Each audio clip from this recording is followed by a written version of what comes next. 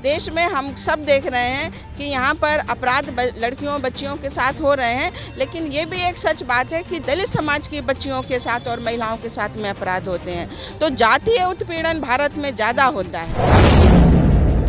तो कहते हैं हमारे जो बहुजन समाज की जो ये बच्चियां हैं जो झुग्गी झोपड़ी में रहते हैं, जो वो कचरा कूड़ा बीन करके जो अपना जीवन यापन कर रहे थे, इनको पैसों की ज़रूरत नहीं है। ऐसे अपराध कम से कम रुकने चाहिए। सरकारों को ये ठोस कदम उठाने चाहिए। लेकिन आप देखिए हैदराबाद कांड जब हुआ था, जो एक डॉक्टर बेटी थी उसके साथ हुआ था, उनके अपराधियों को सरेआम दौड़ा के गोली मारा गया था। लेकिन हमारा हाथरस कांड क्यों हुआ? उसमें हमारी बेटी के साथ क्या न्याय हुआ? नहीं हुआ।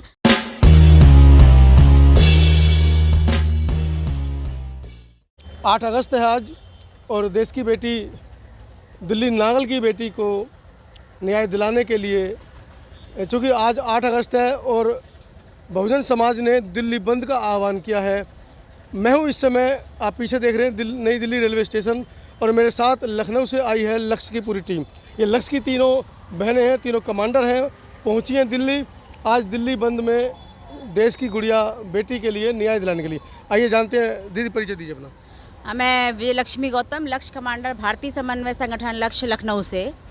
आज हम अपनी जो देश की बेटी है गुड़िया, जिसको इतनी दर्दनाक तरीके से उसका अंत किया गया है, और उसके समर्थन में चूँकि आज हमारे समाज के जो वाल्मीकि समाज के हमारे भाइयों ने दिल्ली बंद का आह्वान किया है, उनको समर्थन देते हुए हमारी पूरी टीम जो है लक्ष्य की है वो यहाँ पे दिल्ली आई हुई है और उसको न्याय दिलाने के लिए।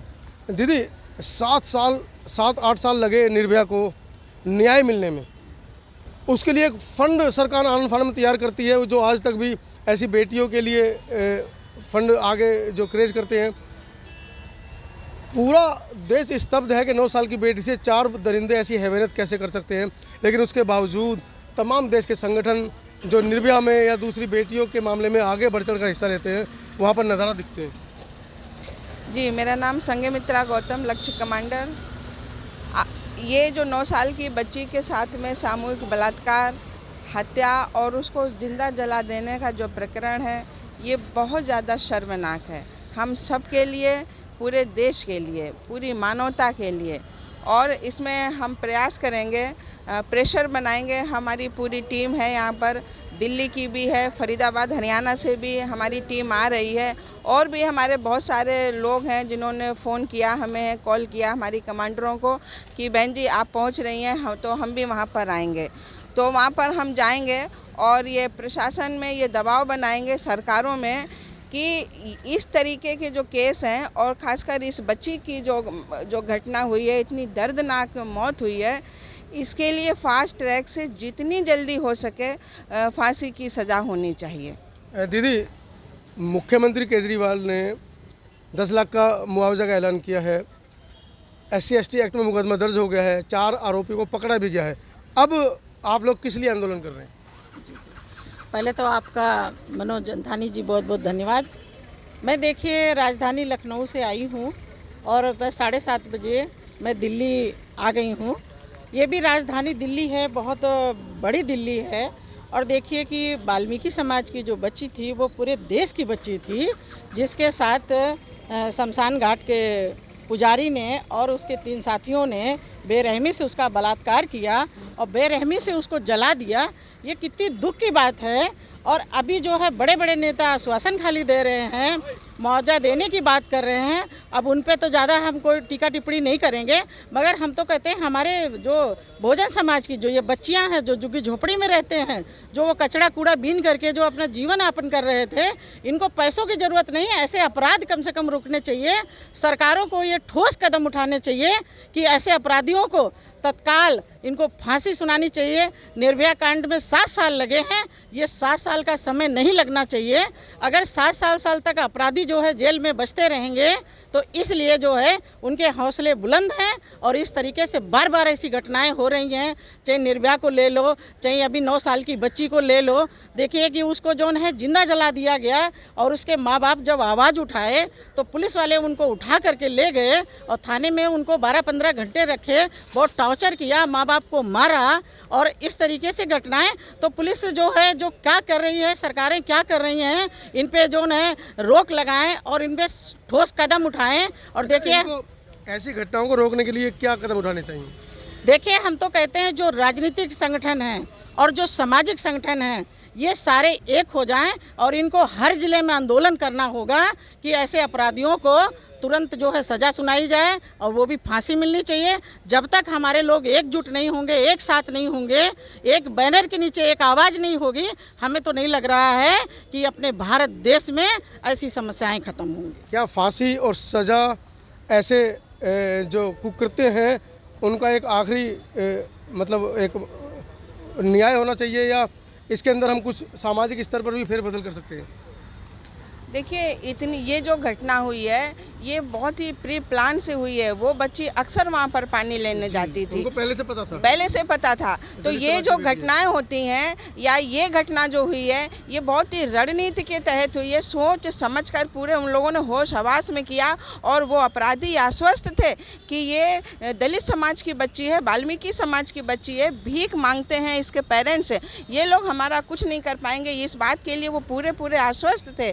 तभी उन्होंने इतनी ऐसी घटना को उन्होंने अंजाम दिया है। और हमारे देश में हम सब देख रहे हैं कि यहाँ पर अपराध लड़कियों बच्चियों के साथ हो रहे हैं, लेकिन ये भी एक सच बात है कि दलित समाज की बच्चियों के साथ और महिलाओं के साथ में अपराध होते हैं।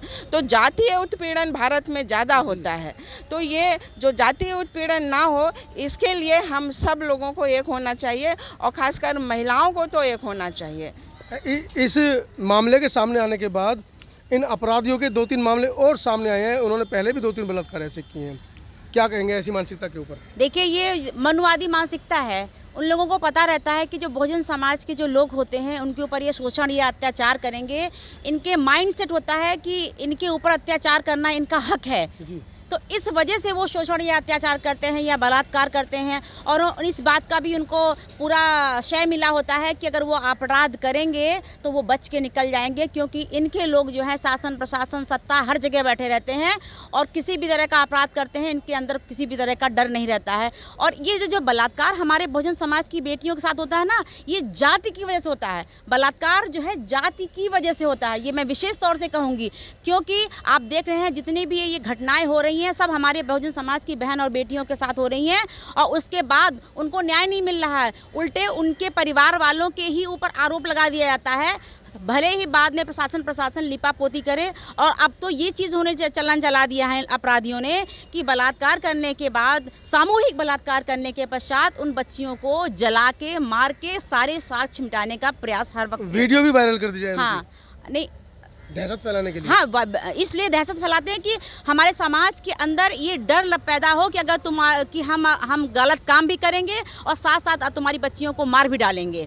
अब देखिए, अब ये न्याय क्यों नहीं मिलता है? न्याय इसलिए नहीं मिलता है क्योंकि वो हमारे बहुजन समाज की बेटी थी। हम कभी नहीं चाहेंगे कि किसी भी जाति धर्म और संप्रदाय की बेटी के साथ ऐसा जघन्य अपराध हो। हम हर बेटी के लिए खड़े होंगे। लेकिन आप देखिए, हैदराबाद कांड जब हुआ था, जो एक डॉक्टर बेटी थी उसके साथ हुआ था, उनके अपराधियों को सरेआम दौड़ा के गोली मारा गया था। लेकिन हमारा हाथरस कांड हुआ, उसमें हमारी बेटी के साथ क्या न्याय हुआ? नहीं हुआ। अभी हमारी 9 साल की, 9.5 साल 10 साल की बच्ची के साथ मनसा नहीं है ना सरकारों की। हैदराबाद में सरकार सख्त है, यूपी में मनसा नहीं है, दिल्ली में मनसा नहीं है। तो यही चीज़ें हैं। तो बहुजन समाज को ये चीज़ सोचना होगा, समझना होगा कि हम जो शासक जातियां होती हैं उनकी बहन बेटियों के साथ बलात्कार नहीं होता है। तो ये समय आ गया है कि अब जागिए और अपना जो देश की राजधानी में, अपना संसद भवन में अपना प्रतिनिधित्व भेजिए। हमारा प्रधानमंत्री होगा, हमारा सीएम होगा हमारे बहुजन समाज का, तो 100% न्याय मिलेगा। बहुत बहुत धन्यवाद। ये तीनों महिलाएं लक्ष्य की कमांडर हैं और लक्ष्य अपने आप में जाना जाता है एक सामाजिक क्रांति के लिए। आज 8 अगस्त को वाल्मीकि समाज ने दिल्ली बंद का आह्वान किया है। ये तीनों हमारी बहनें पहुंची हैं लखनऊ से सुबह 7:30 बजे। आप देख रहे हैं रेलवे स्टेशन के बाहर से मैं इनका इंटरव्यू कर रहा हूं और आज ये धरना प्रदर्शन में जाएंगी और वहां पर भी अपना समर्थन देंगी। आपका जो अपना कमेंट है, कमेंट सेक्शन में लिखना ना भूलें। इस पूरे मामले को आप किस तरह से देखते हैं? बने रहें समता आवाज़ टीवी के साथ। मैं हूं मनोज अंतानी। धन्यवाद। सब्सक्राइब करें आपके अपने चैनल समता आवाज़ टीवी को, बेल आइकन दबाना ना भूलें सबसे पहले हमारी वीडियो देखने के लिए।